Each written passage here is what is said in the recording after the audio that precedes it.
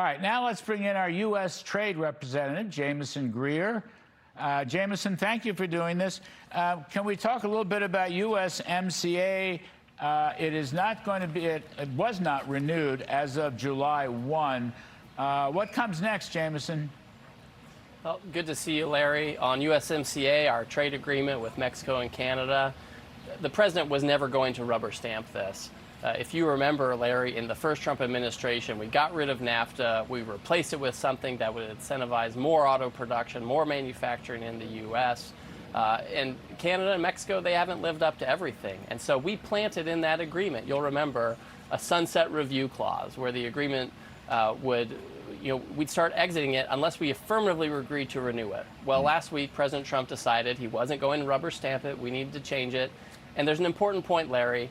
One of my favorite headlines from July 1st, when we chose not to renew the agreement, was a headline that said, bipartisan support for not renewing USMCA. We had folks on the left and on the right saying there are things that have to be fixed in this agreement. So we have bipartisan support in that. You know, another headline, I'm going to just jump ahead. Another headline today is that Toyota is moving its Mexican plant into Texas, the great state of Texas, with very low tax rates and other costs.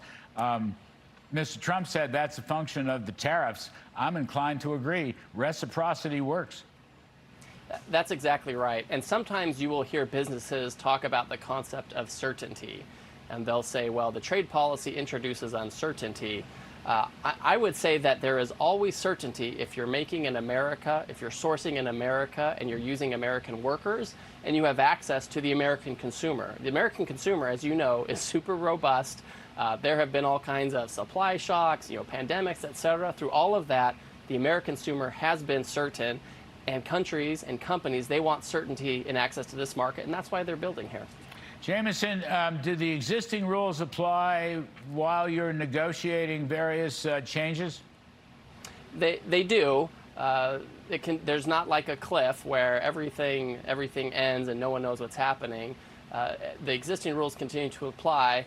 But I would say, even more importantly, President Trump, he's already, in a sense, superseded the USMCA by changing our trade relationship with Mexico and Canada when it comes to autos, steel, aluminum, timber. He's put tariffs into place already. They've been in place for over a year. So he's fundamentally changed the underlying relationship and some of the things that USMCA had in place. And at this point, I don't want to get too far ahead, but can you mention any concessions that you are looking for from Canada and Mexico?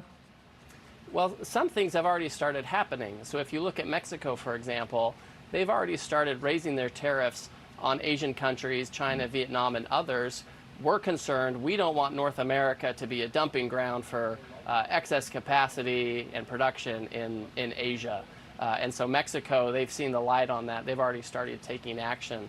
We also want to make sure that the rules of origin are tough enough that other third countries don't take advantage of it. If you're part of the North American region, if you're going to get any kind of deal on trade, it has to be because the goods are coming from North America. It can't be from Vietnam or some other place. So we're trying to fix the rules of origin that says if it's mostly from a third country, you're not going to get special treatment here. If it's from America with some other North American content, then we can talk about special treatment. And is there, I know that when Robert Lighthizer and yourself were there for the first one, is there any, court for settling disputes, dispute adjudication, anything like that?